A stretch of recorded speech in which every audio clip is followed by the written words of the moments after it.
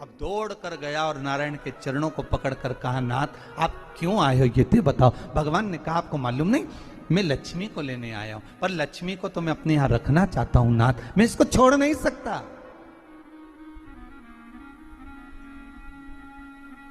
मैं लक्ष्मी जी को छोड़ नहीं सकता, मैं इनको लेकर जाऊं।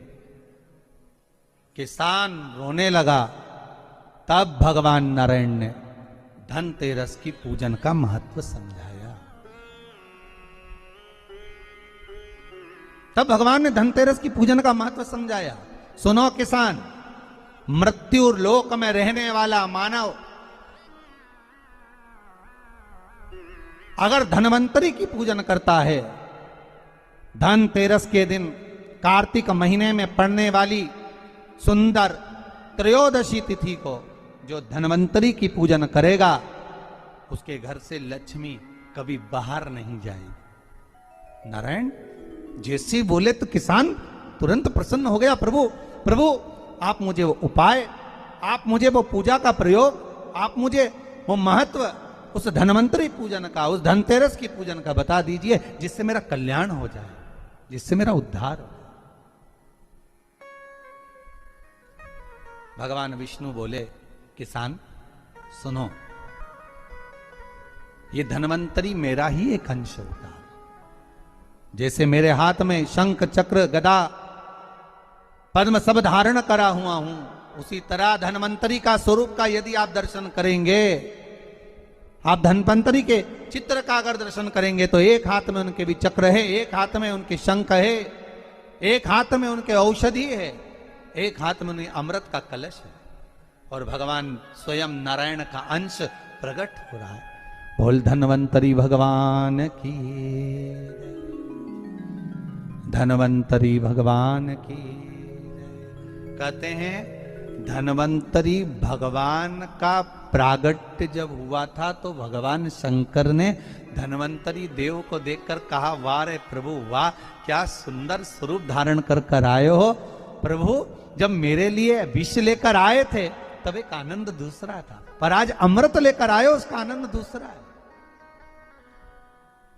बहुत अलग अलग बातें महाराज। शिव महापुराण की कथा कहती है, दो तरह की वाणी होती है, एक में आपने क्रोध कर दिया, अपशब्द कह दिया, ताना दे दिया, गालियां दे दी, और एक शब्द अमृत का मीठा बोल दिए, प्रेम की वाणी बोल दी, उसका एक आनंद दूसरा है, उसका एक संबोधन दूसरा है। एक विष लेकर आ रहा है, एक अमृत लेकर आ रहा है। शिव जी कहते हैं जो अमृत लेकर आ रहा है उसका आनंद ही दूसरा है, उसके चेहरे की चमक ही दूसरी है। भगवान विष्णु कहते हैं, सुनो किसान, मैं आपको धनवंतरी पूजन का विधान बताता हूं। भगवान कहते हैं, किसान सुंदर कृष्ण पक्ष की त्रयोदशी को कार्तिक के महीने में धनवंतरी देव का पूजन, धनतेरस का पूजन माना जाता है। सुनो किसान, एक सुंदर भूमि पर देसी गाय का गोबर से लीपन कर कर, अगर गाय का गोबर ना मिले, सुंदर जल से लीपन कर कर, वहां एक सुंदर चौक को पूर कर, आप सभी को ज्ञात होगा कि चौक पूरने में रंगोली का प्रयोग नहीं होता। आप लोगों को मालूम होगा चौक पूरने में आटा और हल्दी का प्रयोग होता है। काय का प्रयोग होता है? आटे और हल्दी का प्रयोग। आटे हल्दी का प्रयोग क्यों होता है? क्योंकि आटा समृद्धि को बढ़ाता है, लक्ष्मी वैभव को बढ़ाने वाली हल्दी होती है। इसलिए जब चौक पूरा जाता है भूमि पर, तो चौक पूरते समय आटा हल्दी का प्रयोग करते हैं। थोड़ा सा चावल का दाना या गेहूं का दाना रख दिया जाता है, उसके ऊपर एक सुंदर चौकी, एक चौरंग, एक पाटा रख दिया जाता है। भगवान विष्णु बता रहे हैं किसान को धनतेरस के पूजन का वर्णन, और जो भगवान विष्णु ने बताया है वही पूजन का वर्णन आप लोग श्रवण कर रहे हैं। आज धनतेरस है, आज धनतेरस का प्रयोग कर पूजन करें, और शिव महापुराण के इस भाव को, विष्णु पुराण के इस भाव को, स्कंद पुराण के इस भाव को आप धारण करें, और जो विधान भगवान विष्णु बता रहे हैं उसके हिसाब से, उसके अनुसार आप लक्ष्मी का पूजन, धनतेरस का पूजन करें। चौकी लगाएं, चौरंग लगाएं, पाटा लगाएं, उस पाटे पर एक सुंदर लाल वस्त्र धारण करा दें, लाल वस्त्र बिछा दें। एक थाली लें, उस थाली पर कंकु से, रौली से, कुंकू से गिला कर स्वस्तिक का निर्माण कर दें। स्वस्तिक का निर्माण कर घर में अगर चांदी का सिक्का हो, अगर चांदी का सिक्का नहीं हो, चांदी का कॉइन नहीं हो, तो अपने घर का 1 का सिक्का, 2 का सिक्का, 5 का सिक्का, 10 का सिक्का, जो भी आपके घर में हो वो कॉइन ले लें महाराज, उसको थाली के अंदर रख दें स्वस्तिक के ऊपर। फिर उसका स्मरण करें, आटे के 7 दिए बनाएं, एक थाली में, एक प्लेट में रख लें, घी के दिए बनाएं और उसमें सुंदर बाती को लगा दें। ध्यान दीजिएगा, इसमें जो बाती लगेगी वो लंबी बाती लगेगी। लक्ष्मी जी की पूजन में जितनी भी बाती लगे वो लंबी लगे। महाराज घी के दिए लगा दें 7, सातों दियों को प्रज्वलित कर लें, प्रकट कर लें। एक दिया तेल का लगा लें। तेल का जो दिया लगाया है, जहां पर आपने सिक्का रखा है, कॉइन रखा है, उसका लेफ्ट हैंड, मतलब आप ऐसे बैठे हो तो आपका सीधा हाथ की ओर आप तेल का दिया लग दें। और जो 7 दिए आपने लगाए हैं वो लक्ष्मी जी के राइट हैंड, मतलब आपका लेफ्ट हैंड हो गया, लक्ष्मी जी का राइट हैंड, आपका लेफ्ट हैंड हो गया, आपका उल्टा।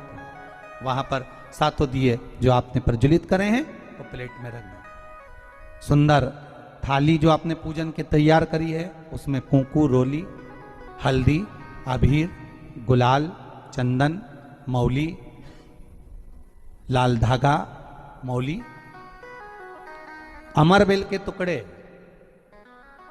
कमलगट्टे, हल्दी की गांठ,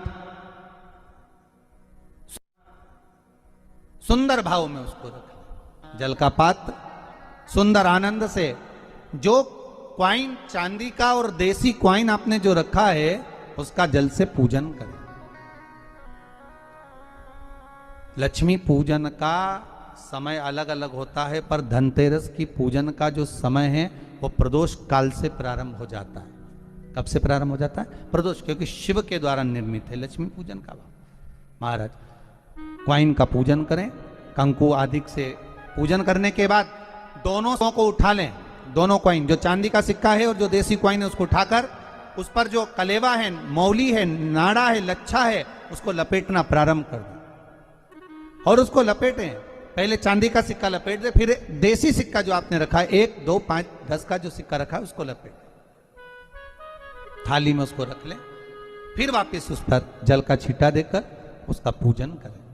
महाराज हल्दी, रौली, मौली, चंदन आदि लगाकर सुंदर भाव से चावल को हल्दी में भिगो लें और पीले चावल कर उल्टे हाथ में चावल लेकर माता लक्ष्मी के ऊपर जो 2 सिक्के रखे हैं उनका पूजन करें। साथ में जब चावल छोड़ते जाएं तो गणेश जी का भी स्मरण करते जाएं। हे रिद्धि सिद्धि के दाता श्री गणेश जी महाराज, आप हमारे यहाँ पर सदा माता लक्ष्मी को लेकर, कुबेर भंडारी को लेकर सदा विराजमान रहें, नारायण को लेकर सदा विराजमान रहें। चावल छोड़ते जाएं और बाबा से विनती करते जाएं, माता लक्ष्मी से निवेदन करते जाएं। भगवान शिव का स्मरण करें, भगवान नारायण का स्मरण करें, माता लक्ष्मी का स्मरण करें, रिद्धि सिद्धि के दाता भगवान श्री गणेश जी महाराज का स्मरण करें, छोड़ते जाएं। जब चावल पूर्ण छोड़ दे में पूजन पूरी तरह से हो जाए, तब महाराज 7 सुंदर आनंद से अमरबेल के टुकड़े, अमरबेल वृक्ष पर एक पीले कलर की बेल चलती है, पीली, उसमें पत्ते नहीं होते, वो किसी भी वृक्ष पर डली रहती, वो अमरबेल कहलाती। ये अमरबेल लक्ष्मी पूजन में, समृद्धि के लिए, मकान के मुहूर्त के समय पर, गृह प्रवेश के समय पर बहुत कार्य आते हैं।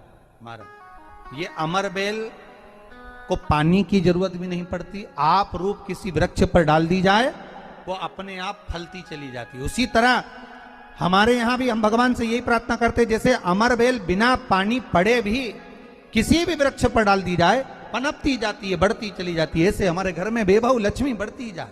अमरबेल के 7 टुकड़े कमल गट्टे 7, हल्दी की गठान 7 माता लक्ष्मी को समर्पित कर दें। दोनों हाथों में हल्दी पिसी हुई लीजिए और माता लक्ष्मी के ऊपर उसे चढ़ाना प्रारंभ कर दीजिए। 7 बार पिसी हुई हल्दी वो सिक्कों पर चढ़ा दें, अपनी मनोकामना कर कर अपने घर में माता लक्ष्मी को विराजमान करने के लिए। जब हल्दी पूर्ण चढ़ जाए, हाथ में कुंकू ले लीजिए, रोली ले लीजिए, उस रोली कुंकू को भी माता लक्ष्मी को समर्पित करिए। तब इसके पश्चात सुंदर जो भी घर में मिष्ठान हो, मीठा हो, नहीं हो, शक्कर हो, गुड़ हो, मिश्री हो, जो भी आपके पास में हो, खड़ी शक्कर हो, वो भगवान को माता लक्ष्मी को भोग रख दीजिए। अगर कुछ मीठा बना हो तो मीठा रख दीजिए। महाराज घर में संपूर्ण पूजन कर कर आपके घर में जो देवालय में भगवान बैठे हैं उनका भी पूजन करिए। पूजन करने के पश्चात आप माता लक्ष्मी से निवेदन करिए, हे माँ आप हमारे यहाँ सदा विराजमान हो। महाराज ये जो पूजन है भगवान विष्णु जो बता रहे हैं किसान को, ये 5 दिन की पूजन है पूरी। आज कौन से दिन का पूजन बता रहे हैं? पहले दिन का। आज धनतेरस से रूप चौदस, अमावस्या, एकम और दूज, ये 5 दिन तक दीपावली का पर्व मनाया जाता है, दीप महोत्सव मनाया जाता है। पूजन करने के बाद जो 7 दिए आपने प्लेट में रखे हैं, थाली में रखे हैं पूजन के लिए घी के, उन 7 दियों से माता लक्ष्मी की आरती उतारिए। उन 7 दियों से माता लक्ष्मी का पूजन करिए। माता लक्ष्मी से विनती करिए, मां हम आपके पुत्र हैं, मां आप हमारे घर का रास्ता भूल गई हो, बहुत कष्ट है, बहुत दुखी है, पर भगवान शिव पर विश्वास कर कर, कुबेर भंडारी पर, कुबेरेश्वर महादेव पर विश्वास कर कर, भगवान नारायण के सुंदर प्रसंगों पर विश्वास कर कर, मां भगवान शंकर का अनुमोदन कर कर, हे मां आप हमारे घर में विराजमान हो, मां आप हमारे मार्ग को, हमारे घर को, हमारे घर के रास्ते को, हमारे घर के द्वार को आप भूल गई हो मां। हे बेबहु लक्ष्मी, हे धन लक्ष्मी, हे संतान लक्ष्मी, हे मां लक्ष्मी, हे धान्य लक्ष्मी, आप हमारे घर में विराजमान हो। 7 दीप जो प्रज्वलित करे हैं उससे माता की आरती उतारिए। फिर माता को झोली पसार कर प्रणाम कर कर भूमि पर नमन करो। जब झोली पसार कर प्रणाम करें, झोली को अपनी ओर गिरा लें और माता को नमन कर कर जो 7 दिए आपने लगाए हैं उन 7 दिए को अलग अलग स्थान पर ले जाकर, जैसे घर के हॉल में, एक रसोई घर में, एक जहां पर आप लक्ष्मी रखते हो उस स्थान पर, एक घर के द्वार के पास में, एक तुलसी के क्यारे के पास में, ऐसे अलग अलग 7 स्थान पर उन दीप को रख दिया जाए। महाराज एक भगवान का जहां पूजन हुआ है, लक्ष्मी की जहां आराधना करी, एक दीप वहां पर भी रखा जाए। जो तेल का दिया लग रहा है उसके पास में, फिर कहेंगे तेल का दिया माता लक्ष्मी के उल्टे हाथ पर और घी का दिया माता लक्ष्मी के सीधे हाथ। मतलब जो सिक्के आपने रखे हैं उस सिक्के का उल्टा हाथ तेल का, मतलब आपका सीधा हाथ होगा जहां तेल का दिया रखाएगा, और जहां आपका उल्टा हाथ होगा जहां पर घी का दिया लगा, वहां माता जी का सीधा हो गया, आपका उल्टा हो। माता का स्मरण, माता लक्ष्मी से निवेदन करिए, हे मां कृपा सागर, करुणा सागर मां आप भगवान विष्णु के साथ विराजमान हुए, आप भगवान नारायण के साथ में हमारे यहां सदा विराजमान हो मां, ऐसी कृपा कर दीजिए। महाराज मां से विनती कर कर बड़ा उत्साह, बड़ा उमंग, बड़ा आनंद रखना, ये भाव रखना घर में। भगवान विष्णु कहते हैं किसान से, हे किसान आपने अगर धन्वंतरी की पूजन करी है, धनतेरस की पूजन करी है, कोई वस्तु, कोई सामग्री अगर आप लेकर आए हो, कोई पात्र लेकर आए हो, कोई तांबे का पात्र लाए हो, जो भी वस्तु आप नहीं लेकर आए हो उसका भी पूजन उसी दिन कर लेना चाहिए।